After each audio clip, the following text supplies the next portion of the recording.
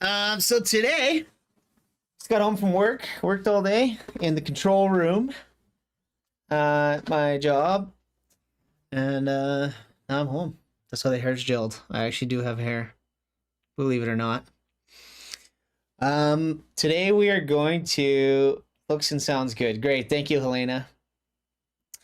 X Music, Saw, love the flames. So yeah, as I'm sure some of you are aware, anyway, we put out a new edit today. We dropped a remix of Hella Good, No Doubt's Hella Good. How'd this one start? We're gonna break this one down, and then I'm gonna probably pop over to this night bass track for a little bit. Maybe we'll see how long this takes and how many questions we get if we get many. But yeah, so this one started actually because I heard someone sampled it and released an original. I gotta, who was that? So I should give them credit. And I heard it, I think this song came out in 23, so it's kind of older now at this point. Sounds great, Helena, you're the best. Cheers, go Helena. I'm just gonna look here on my Spotify who that artist was. Who did this original? Nico the Kid, which I think is a dude. Yeah, one dude. Makes sick music, hella good. He did a version of it. Check it out. He did a more of a groovier, different style, slower tech house stuff. And we got a follower. Who did I get? I had my screen up. Okay, gosh. KJAP 2 the sheesh. I butchered that. I'm so sorry, but thank you for the follow. Welcome to the team. We're going to learn so much about house music here, or at least our version of house music anyway. Anyway, Nico the Kid did a version of the song. I heard it. I liked it. I love the original, so we made the remix. So the song is pretty well known. I think I checked it earlier today. It's got like quite a few streams on Spotify. It's got about over 100 million. So when a song is a little older, it's got lots of streams, you can find the MIDI. So that's kind of where I started this one. And like I said, there's a tech house version of the track that I heard. Here it is, actually. Check this out. This is his version. Freezing. Yeah, so this is the...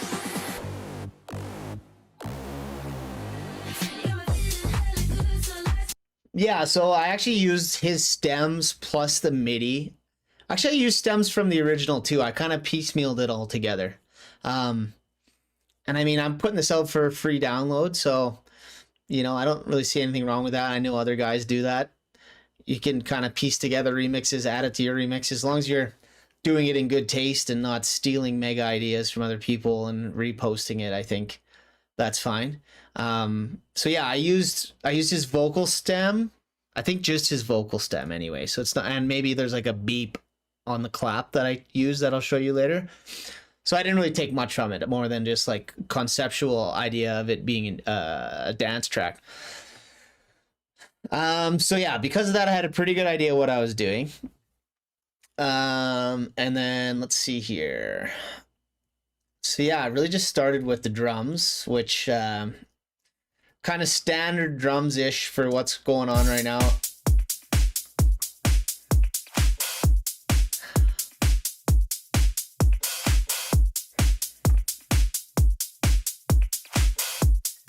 So kind of the eighth noted hat. Sorry, I'm slamming this into a master, so I'm just going to turn off my limiter because it's distorting everything when I solo it. But yeah, I guess the main thing is these just offbeat hi-hats. I mean, you can listen to tons of music coming out right now and just kind of get the vibe of the drums. 8-note hi-hats with these kind of open hats. For me, when the first time I thought it was cool was when Chris Lake put out Toxic and Everbeen. And I think that song really changed what a lot of guys were doing production-wise. I at least seem to notice, maybe it's because that song that I did notice, but Toxic came out and it really, I thought, changed the meta. So yeah, pretty simple.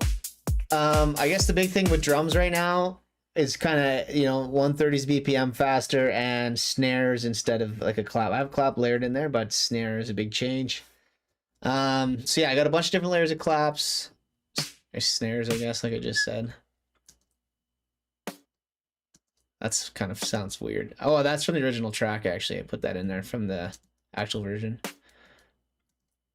Damn, that Oliver snare is nice. And then on this, on every 2 bars does the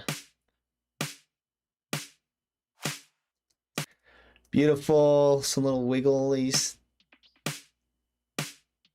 Just kind of making it weird.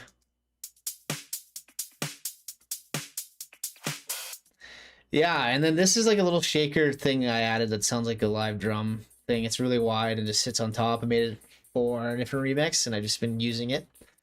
So anyway, that's the drums, and then the bass. So I showed you the version above, the Tech House version by Nico the Kid.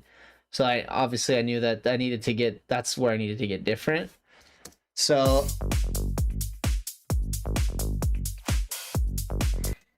same notes that I got off the internet. Just Googled the MIDI. And then yeah, so I think I used this preset. I think it's a Sam Smyers preset that I tweaked into another preset and then made even further for this one. It has this. So I made this knob to open everything up, which is kind of like the main kind of thing of the track. So that's the vibe. Main thing that's doing this is this resonance on the filter.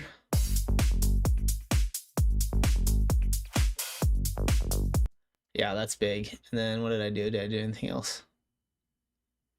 Not really. Pretty simple. Just like a resonant acidy type thing bass. That really gives the whole vibe of the track. Makes it mean. So yeah, to the automation, in the breakdown, then turning that knob, it's opening up.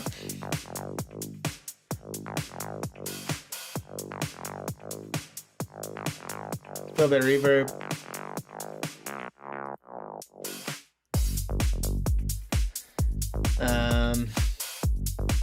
And I'm just throwing it in a couple places.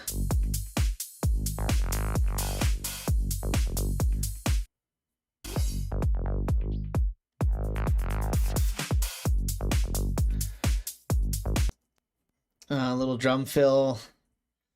So that's, how do I do that?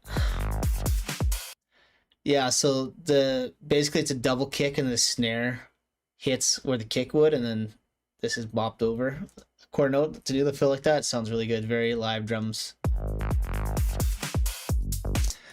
And that fill, there was a fill like that in the original track, which I thought I brought that in, carried energy in. I got the glide here from the original track. Whatever you call that, I don't know. I don't play guitar, but all right. Now the layers. So the whole time it's basically doing an A/B. So next we'll bring in the vocal. Again, this is a stem from Nico the Kid that I used. So credit to him on doing all the fucking, excuse me for swearing, hard work on this. But yeah. And this little bop bop that's going on here is on this thing here. Bop bop. I think that's the only thing from his track I took out. But yeah, vocal.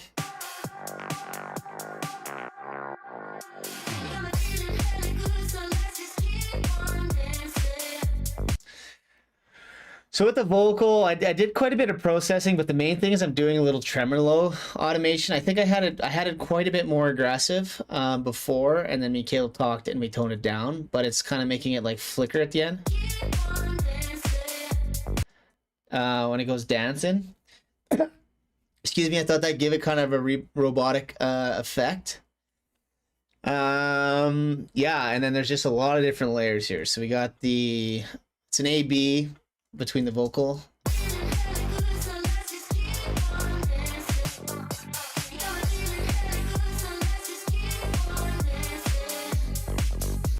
Yeah, you get the AB going on. I guess this noise here is kind of like a very big part of the track.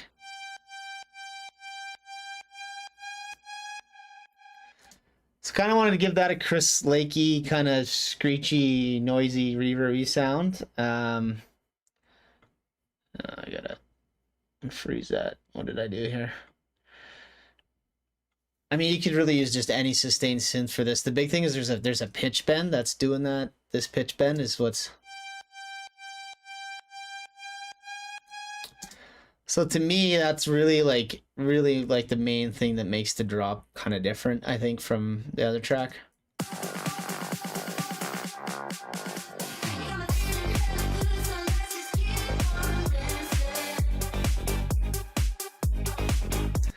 Yeah, and then yeah, so those are kind of all the sounds going on underneath there. And then we got the main like B section with the guitar. So I layered some synths under it with the MIDI. So that's what the chords are doing. Pretty similar to the bass. I think it's just with a seventh. This whole track was it's in Phrygian. So it works perfect for dance music. Phrygian being, so this is the root note is G, that's a seventh. So the root note is G. So normally this would be minor. And freeze, sure, fuck. Normally that would be the note you'd go up to, but Phrygian, for those who don't know, is this. And most, like, not most, but a lot of dance music is written in Phrygian. So this note moves here instead in the scale, and just gives it a dark vibe. So if you're struggling with bass lines, that's going to make a humongous difference. Yeah, so the guitars. So I sampled that out from the original. I found the best version of it in the stems I have. So I split the stems in lala.ai. I'm actually been using Logic's stem splitter lately. I finally updated my computer, and honestly, I've been really impressed with it. But lala.ai is a good one. They kind of cranked up the pricing lately, so in music production, you got endless goddamn little $10 things you're paying for, so I try and cut as many of them out. So I got rid of that. Nowadays, I would just use Logic to split it. But I mean, Ableton's got a 2 now. And I'm sure that's great as well. So that's guitars. I think I have a slight variation.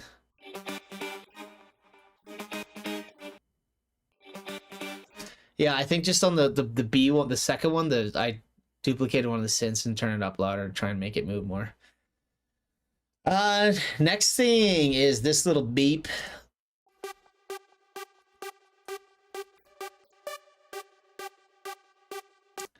Was in the original track. I think I added one note at the end, just added another note here. Just from the original MIDI. Like the way this song was written, it's very friendly to dance music, like I said. That's a synth. Pretty much I just made it a slightly different. I just made this patch quick and I just give it a lot of detune that gives it the dark, like, ravey vibe.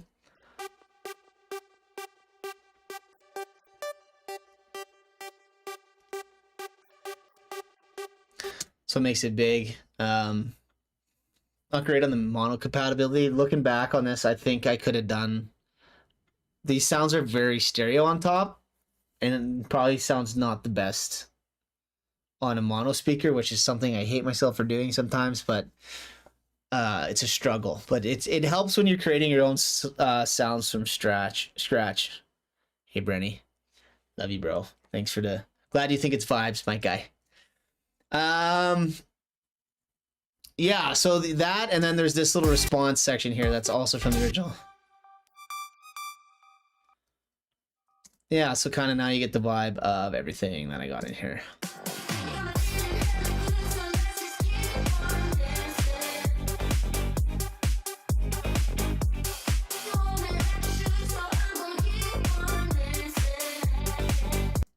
That's really it. It repeats. This pitches down an octave. This little thing in the background comes down up an octave.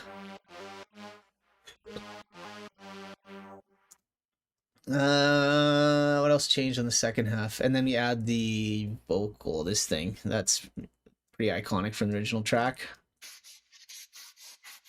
Sounds like shit there, but in the track it sounds good. That was split as well. If you listen to the original, that's kind of gives big part of the vibe of the track. And then in the bridge, it's kind of where I have the little thing.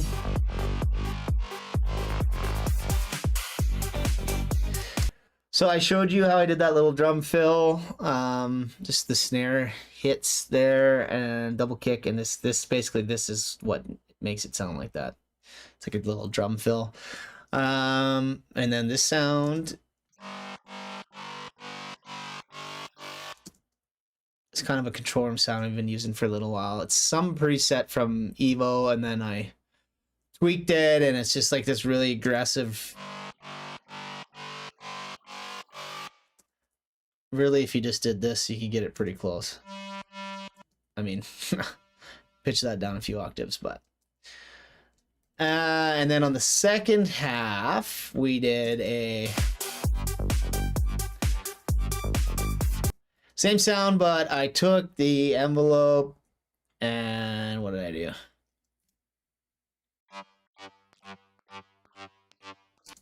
What is that going to? That I put on a filter.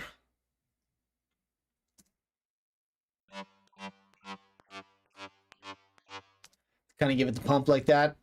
Normally I would do it with I would put it on the volume knobs, but you can see they're all mixed and I was just lazy. I just did it with a filter. Yeah, and that brings us into the mega build. And the cool part, we kind of broke down what we did here with the big, kind of the selling point of the whole track, the big Yoi synth. Good thing about being here right now is I can actually open up Serum and show you it.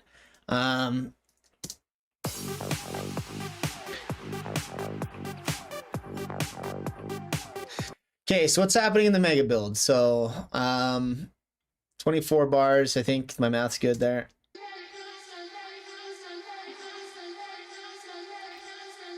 I kind of had to chop up his stem, and there's this little barrel.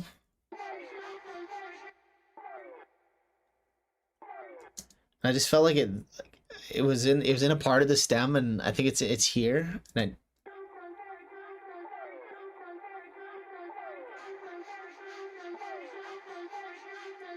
so I brought that in to keep that little barrel going. I thought it really added good atmosphere. Just a little bit of atmosphere in the back. Back in the cut. You know it. I thought you said fresh cut. Because the hair's not fresh cut. We are back in the cut, my guy, Mr. Dane. Let's go, guys. Okay, we're learning so hard right now. So hard. Yeah, so big automation on the build synth. So I'm automating that knob I built. Which is doing opening up the release, turning up this 7th layer that gives it that chordy vibey feel. Fuck, 7 things, eh? I'm crazy. What else am I doing?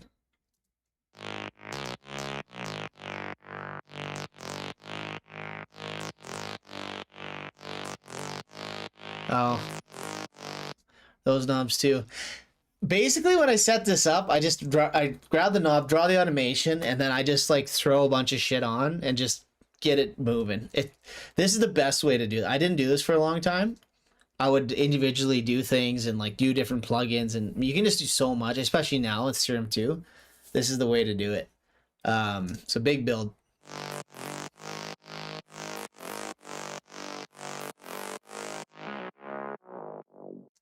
So you can hear that 7th layer on top.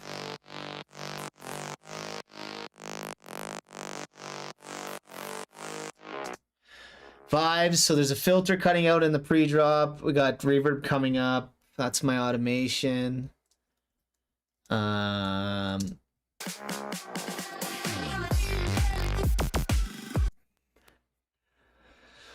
Okay, what else is going on? So that's kind of like what's moving it forward, automating it. We got the synth is there. So a big part of how this works is like it doesn't really go down. It kind of flatly rolls off the drop. I just take the subs coming off the bass, and then the synth everything's just kind of carrying. I didn't turn anything down. I just pretty much took the sub out, and you just roll into the breakdown really nicely.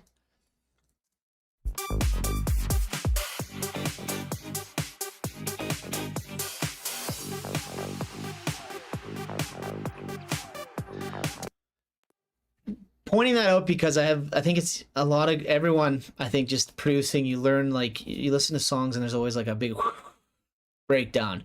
Just goes to nothing. And I'm trying so hard nowadays to not do that, because when you're playing your own music, it just sucks. You go, it goes to almost nothing. There's no sub, there's no beat, no one's dancing. And if you're a guy who's writing a lot of music and playing a lot of music, and that's literally what we were doing. Every song had a big breakdown, and we'd like to play about half our sets ish, be our own music. And then it's just so much just like loss of momentum, especially when you're playing opening slots and you've got to try to keep warm people up, keep them moving. Like if you're a big headliner, like I don't know, name the big headliner, you got a little bit more room to go up and down. Yeah, exactly. True. Yes. Hands up. Keep the life in the song. You bet. So I think that's a really good teaching lesson that took me a while to, like, I kept like being like, fuck. And then I'm just like, oh, I should probably just stop doing this. So the beat keeps going and it kind of, you lose the sub. So you get a break, everyone's chilling, but the beat's still rolling and we're on the come up. So you're like already, as soon as it hits, you can feel it going up.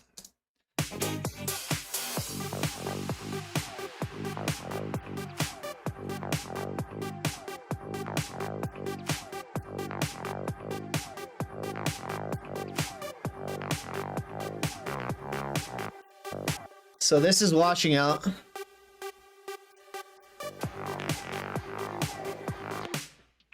think I'm adding reverb on the drums.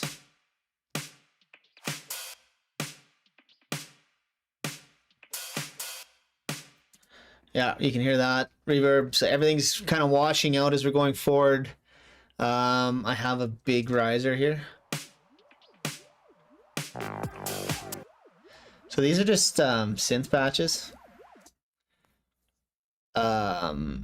If you got preset packs, you got versions of this. This is a one knob, so you just automate the one knob. This is a white noise. This one's great. I use this all the time. Oh. So simple but effective, and I think this one is like a wiggle riser. Cashew, I think, did this one. Shout out Cashew. He's got Patreon with a bunch of good stuff. This one is a Cashew.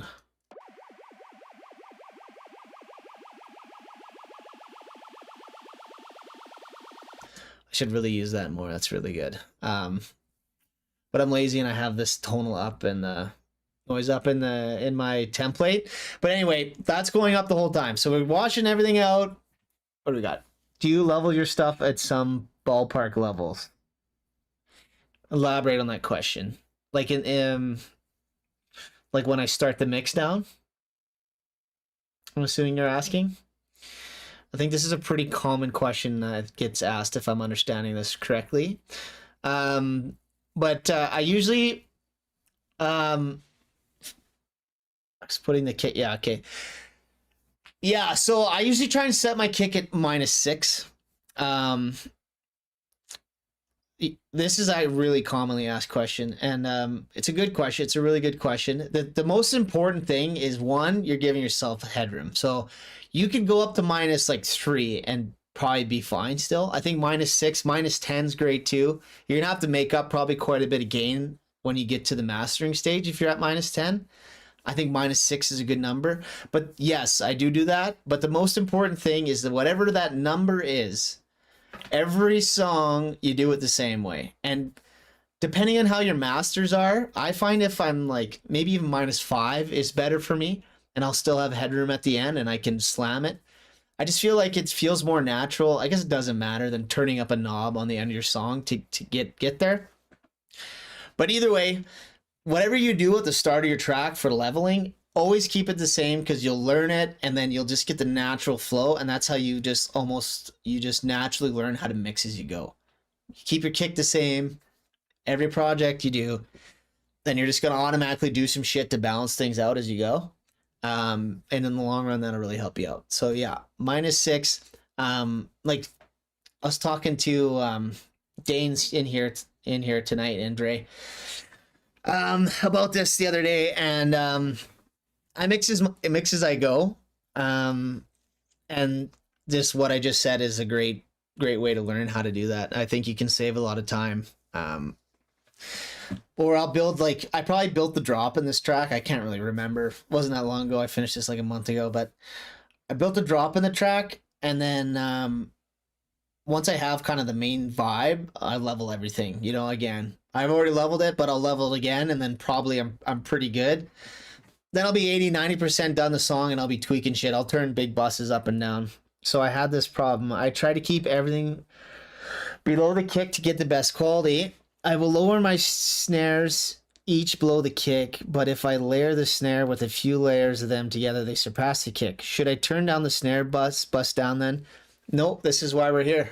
This is a great question. Keep asking questions. Okay, let's look at that. So I literally have that. Okay, let's grab these snares. So what are these hitting at? So those are hitting at -1 out of my snare group. So my snares are going into a group that's going into my general drum bus. So just looking at it, when it's coming out of my drum bus, I'm at -11. And what's my kick at? Excuse me. So my kick is actually hitting at... It's kind of confusing because my kick goes into here, into this group, then it goes to this group, and then out through here. But in the end, my kick is hitting at -10. So my snare is a dB quieter.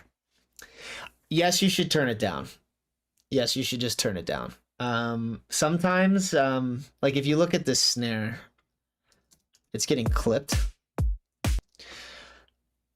It's getting clipped. So a lot of that headroom, you see how like you see that quick spike in that transient, which is kind of pretty much garbage. You can just clip that off, shave it down, and your main volume in RMS is going to be here and what's left. So if your snare is hitting at the same volume or louder as your kick, if you clip it, you'll probably be able to get it below just right there and then turn it down to your ear. If that answers your question. I will lower my snares each below the kick, but if I layer them together, yeah. So I would just turn down your bus. Clip it if you need to, but mostly just turn the bus down. Layer all your snares together, bus them together within your drum group, and then treat that one snare group here as one instrument. So that's how I have everything organized in this drum group, right? My hats are together, like I'm EQing them together. You're layering and it does, perfect. Again, use your ear. You'll be able to hear it. But yeah, you can turn down your bus. That's fine. You can just turn down your bus. Cool.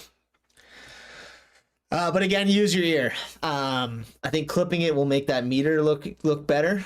But you should be able to, yeah, just hear it. I mean, it's a general rule of thumb. Sometimes you just gotta... This is my point with when I said just pick a number and keep it there. You don't want to get... you got to remember to you'll learn something from the stream, and then when you're new and learning, you'll be like, okay, that's set in stone. You always just got to like not combat, but okay, you've been taught this, but maybe your ears are telling you something different. Remember to just use there's no rules. Just do what sounds good. Remember that. Do what sounds good. So your snares might be loud on your kick and it might be okay. Just maybe. Maybe, probably not, but maybe. I don't know. Use your ears.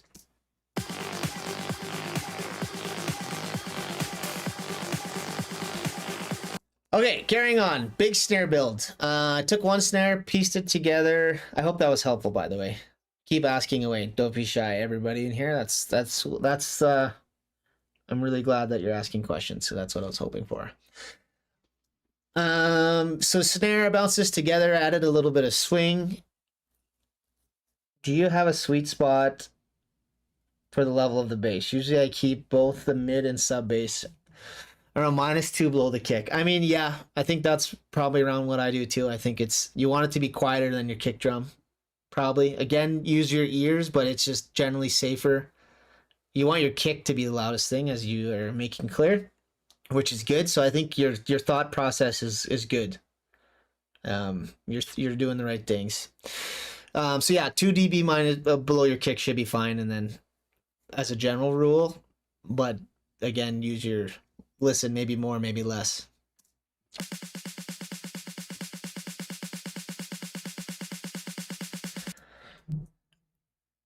Okay, snare build. Just dropped all that up.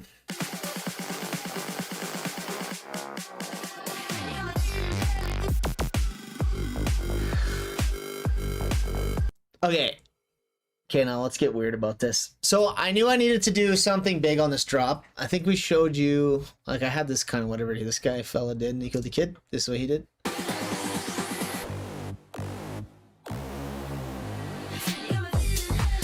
So when I was doing mine, I'm like, okay, like I really need to get out of the box here and make sure this is to me what makes this record different. I mean, it's like a slightly different, I would say, a different subgenre. It's maybe more current. That song came out in 23, and this is, I would say, more like what's cool now. I knew I needed to fuck it up. So Lyndon, actually, my roommate and buddy, DJ Lyndon, he mentioned doing something like from Black Book.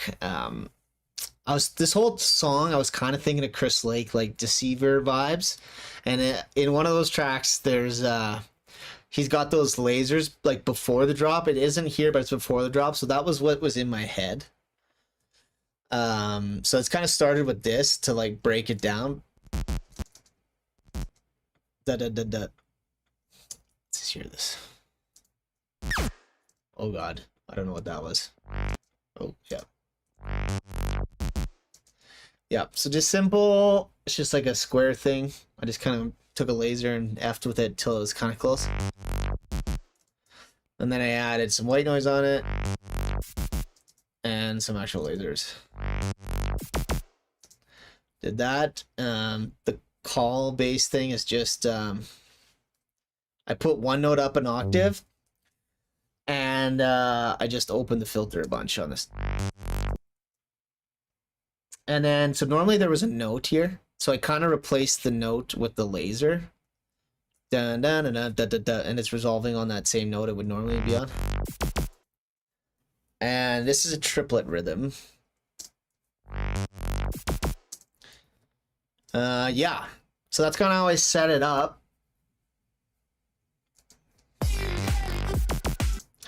So when it da na na na da da da da, and then it does the big like this. Okay, so there's a few things. This took a lot of time to get to feel right because it's a pretty abrupt like thing. So I did a bunch of small things which you kind of saw if you saw the Instagram video that we put out today. So there's a throw. I duplicated the snare. And that's 100% wet reverb. Just could make it do a throw. And then what else is throwing? The vocal.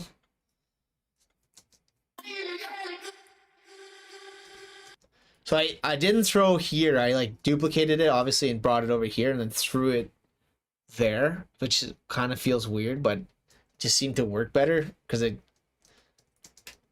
just hear this.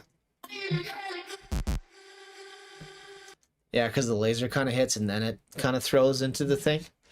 Like I said, I've really tweaked around with this. I was contemplating doing it twice. So having two, you know what I mean? Like doing it 4 bars later, doing it again. But there's a really popular song called Hypnotize. It's like a tech house track where it has like a sound kind of like this rising the whole drop. I think it's called Hypnotized. It's a really popular song. I think it's on Tool Room. I can't remember the guy who did it. Anyway, this reminded me of that. Point to make there is that when you're writing music, you should have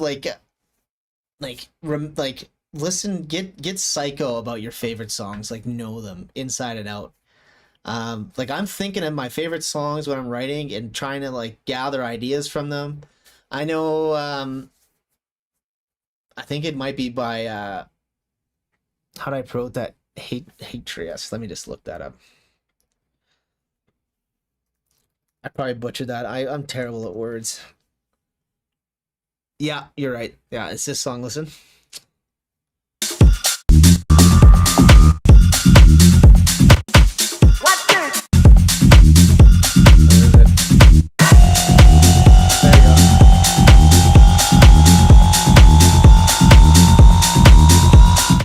Yeah, good job on sniping that. That's fire.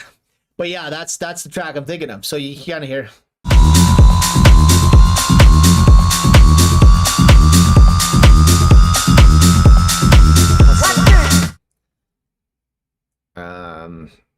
Okay. Alright. Okay, so yeah, anyway. Point being, think of cool songs that you like, remember them, use them for ideas. I suggest not over bringing songs into the DAW.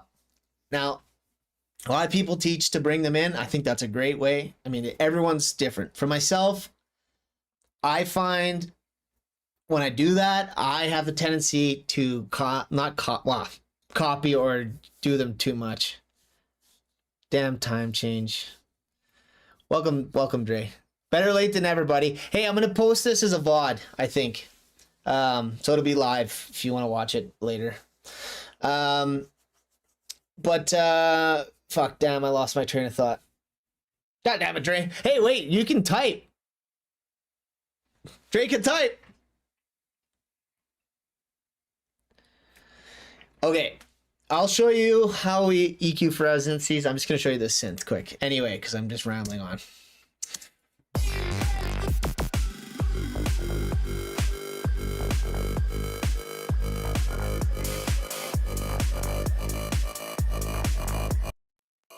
For those who don't know, Dre couldn't type in the last stream. I don't know, he's having issues, but we got him. That's a big W. Okay, so this sound is a preset from a Moon Boy pack, and then I fucked with the LFOs, and it's different. I changed the LFOs somehow to get it to flow, but basically, that's opening up. And then this is filtering, automating. Oh god. Yeah, okay. I'm just automating a bunch of shit. I guess the main thing that was hard was how it started. So I have it pitching. One of these is pitch, yeah. So it starts like 2 octaves down below. And then pitches up. I think this is an octave. No, it's not. Okay, so it starts 1 octave below. And that kind of got it going. So this is like the filter making it talk, and then it's pitching up, and then I'm automating the filters, and I'm like, half of these are like filtering it in and out. I'm just doing a bunch of shit.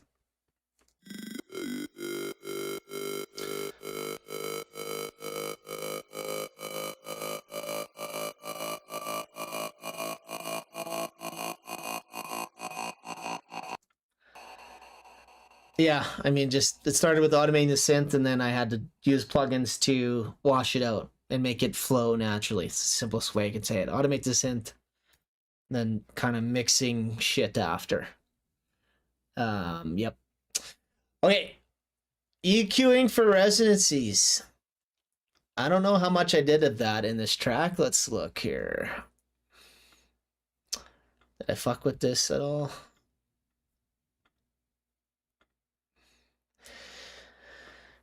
Like, I don't really EQ specifically for resonances. Like what I think you're thinking with like the searching and I do that in the bit in the mastering, which I'll show you. But the main thing I am doing is as I go, I throw a lot of EQs on shit, and I just mold things into how I want it to sound. I don't really think I'm ducking many resonances in this track. Let's look on the vocal. There's an EQ. Boosting fucking everything. There's a soothe. So, I mean, get soothed, and I'll just do that for you.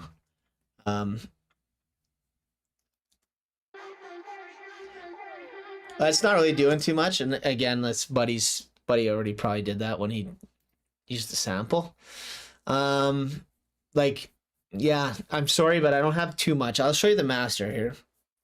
The most I do of what I think you're asking is when I master. This is my mastering EQ. Yeah, okay, got it. But so I'll do 3 at the end. I'll try and find something muddy I don't like. like headphone on Pro Q, you gotta use Pro Q for this shit. It's the best because you can do that. So this is the best EQ I would say for that. And then I'll do a couple in the 1 to 5K range, looking for uglies. This is usually where I'll do what you're saying. Just some garbage there. I don't even say garbage. I just find 3 bells that I don't like, get rid of them.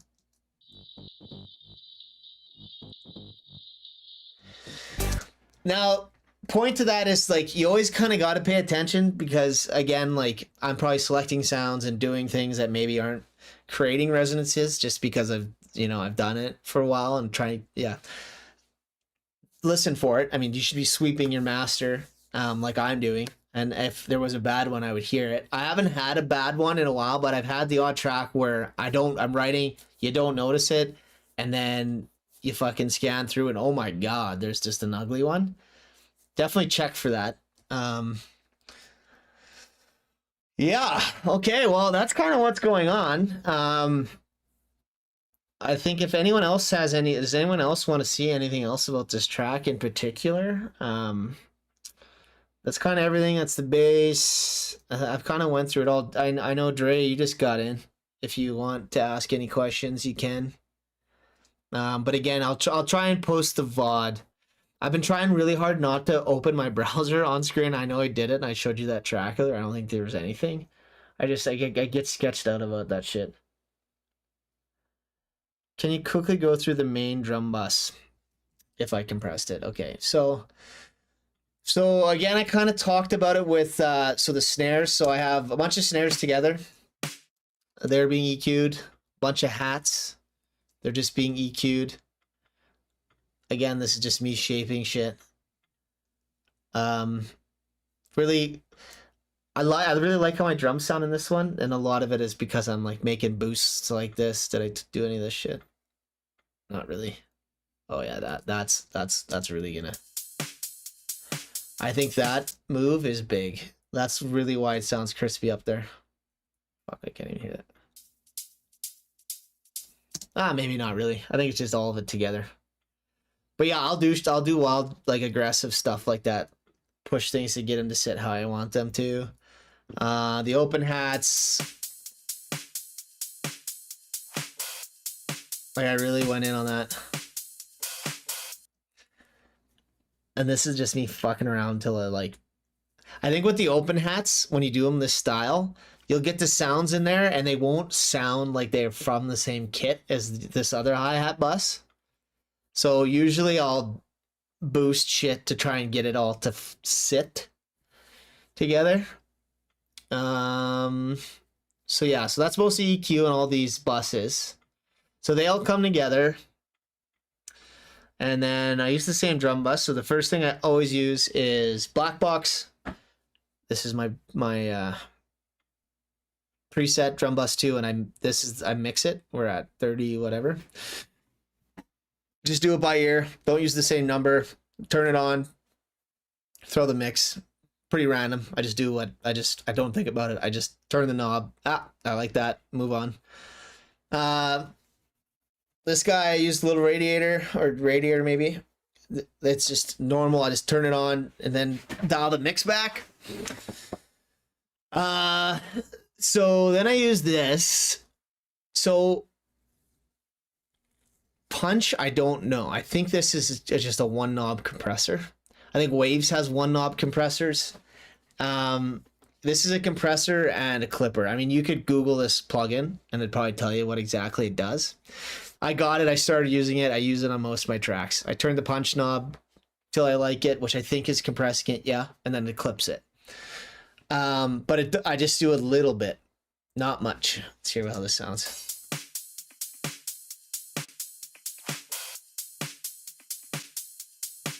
So I'd say it's definitely compressing it and clipping it. So yeah, I guess that's my compression to answer your question. Simple EQ. Hats were a little too bright. Can you talk about how to keep the upbeat energy through the track? Yeah, okay. Yeah, I'll do that. I kind of touched on that, Dre, but we'll rip through it again. Let me finish this and then we'll do that. Linear EQ. Then I clip. So, I mean, this is dynamics too. We talked about the clipping.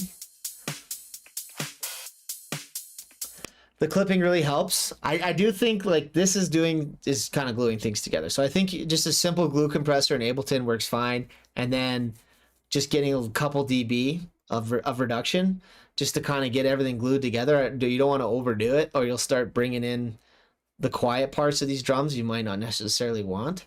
Will get louder. But all this shit's compressed already. I got to learn about clipping. I never understood the concept. Seems important. Yeah. What's the best way to explain this? There's so many different metaphors I've been taught, but I mean, literally, how do I explain this? So I guess the best way I can explain this is when I clip this, I'm taking off peak volume, but I'm not losing RMS. So my perceived volume isn't changing, but my max volume is being reduced, which makes my mix, gives more room in the mix. So basically you can trim a couple dB off the top. Your ear's not going to notice a difference. It's going to sound just as loud, but you just made yourself 2 dBs of headroom on your drum bus. Giving it a haircut. Exactly. Just taking off the tops. Especially when you're layering too, you'll get transients stacking on each other like you've kind of said earlier. So that's why I told you to use a limiter on your snare bus if you're really getting that stacking effect. Everything's hitting at the same time. You're gonna get a giant spike in volume as everything stacks on top, which won't mostly be perceived. It'll just be, yep, makes sense. Cool. So that's what I would do. And just remember not to overdo it. You'll hear it if you're overdoing it. Like, to listen.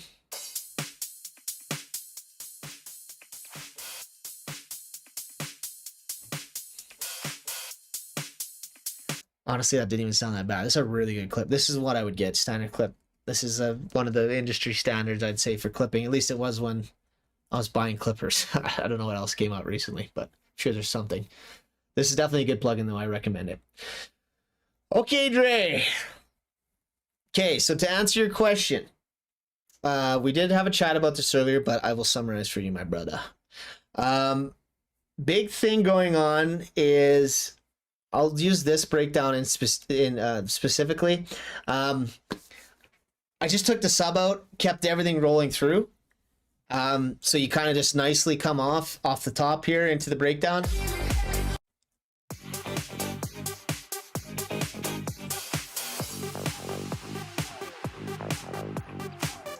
I took the hats out to kind of, you want to go down a level, but I just took the sub off the kick, off the bass. Kept everything rolling. What comes in, then it's just, these are just giant risers happening. So I got shit going up. So then I'm just taking, so it's here, and then I'm just kind of automating everything up the whole time, and then adding a snare.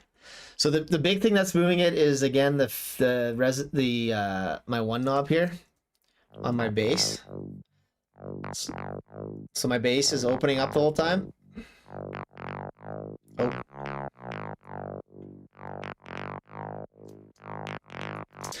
So that's adding energy. The drums are being reverbed out. That's pulling you towards the drop. And that's really it, bro. It's just, I'm just opening that filter on the bass, adding reverb, risers, and then the snare just comes in hot.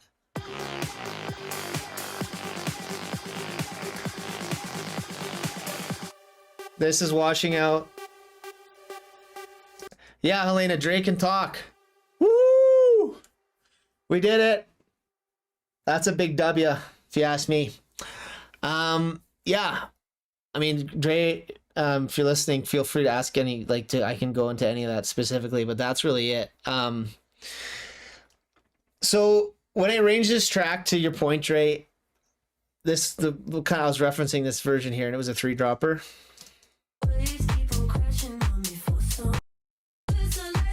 And honestly, this kind of tech house 3-drop arrangement is super common. A lot of songs are like that, where they kind of it's just like drums and then the bass comes in, and that's kind of like the start of the song, and then like drop 2. Any elements I added to drop 2. So in drop 2, do you mean the one at the end here? Or do you mean this one? The one at the end? Okay.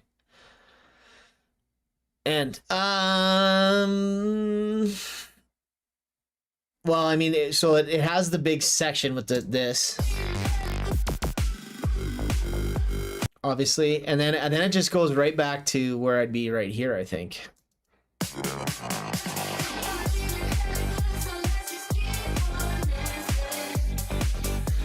Yeah, it just goes right back to where we'd be at here. Plus the ride comes in at this point. So yeah, it's pretty much the same. And you need to go. What's this? How do I want to say this? People will only remember a melody if you do it twice. So you got to confidently go back to shit in your music and later, so that it can be. If they liked it the first time, they want to hear it again. So it's just 8 bars because I do the big thing, and then I got to go back to the track with it. So it just goes back to it for 8 bars, and then it goes into the bridge. So it just kind of works nicely. That's a nice thing about how this section just kind of freshens everything up, makes it cool, and then you can just go back to it, and I think it works. But yeah, there's really no difference between this.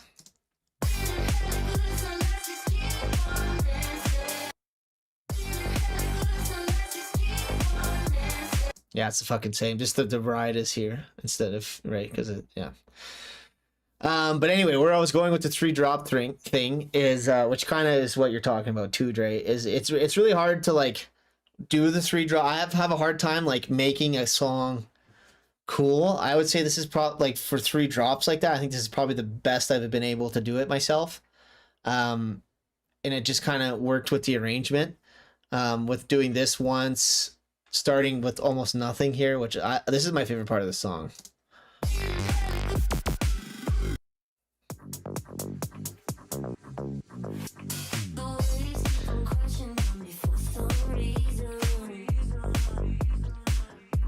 Just really simple. I mean, this little beat on the clap.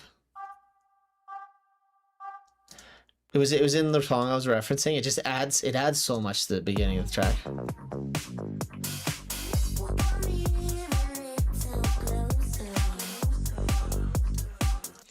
Because you know the drums are coming, and then you get that, and it just kind of spices it up a bit. You know what I mean? I don't know. I love how it sounds.